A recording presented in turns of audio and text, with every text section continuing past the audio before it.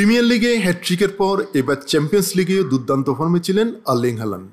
জোড়া গোল করে দলের জয় নিশ্চিত করতে পারেননি তিনি। বুধবার রাতে মোনাকোর মাঠে চ্যাম্পিয়ন্স লিগের প্রথম পর্বের দ্বিতীয় রাউন্ডে 2-2 গোলের ড্র নিয়ে মাঠ চাপতে হয়েছে ম্যানচেস্টার সিটিকে। সিটির হয়ে উভয় গোল করেন হালান্ড, অন্যদিকে মোনাকোর হয়ে একমাত্র সমতায় ফেরান জর্ডান টেজে এবং ম্যাচের শেষ দিকে পেনাল্টি থেকে গোল করে 1 পয়েন্ট নিশ্চিত করেন ইংলিশ ডিফেন্ডার এরিক ডায়ার। ম্যাচের 15তম মিনিটে গোল পায় সিটি। জাস্কো ভার্দিওলা লম্বা পাস থেকে দারুণ শটে গোলরক্ষককে পরাস্ত করেন হালান্ড। তবে 3 মিনিট পরেই ডিবক্সের বাইরে থেকে জোরালো শটে সমতায় ফেরেন টেজে। বিরতির আগে আবারও সামনে আসে সিটি। 44তম মিনিটে সতীর্থের ক্রসে হেডে দ্বিতীয় গোলটি করেন হালান্ড। এ নিয়ে চলতি আসরে 2 ম্যাচে 3টি গোল হলো নরওয়েজিয়ান তারকার।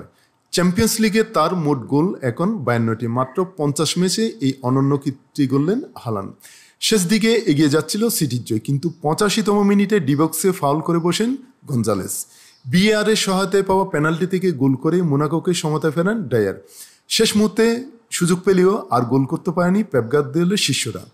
2 ম্যাচ শেষে 1টি জয় ও 1টি ড্রয়ে 4 পয়েন্ট নিয়ে গ্রুপের 8ম স্থানে আছে সিটি, আর 1 পয়েন্ট নিয়ে সবার নিচে আছে মোনাকো।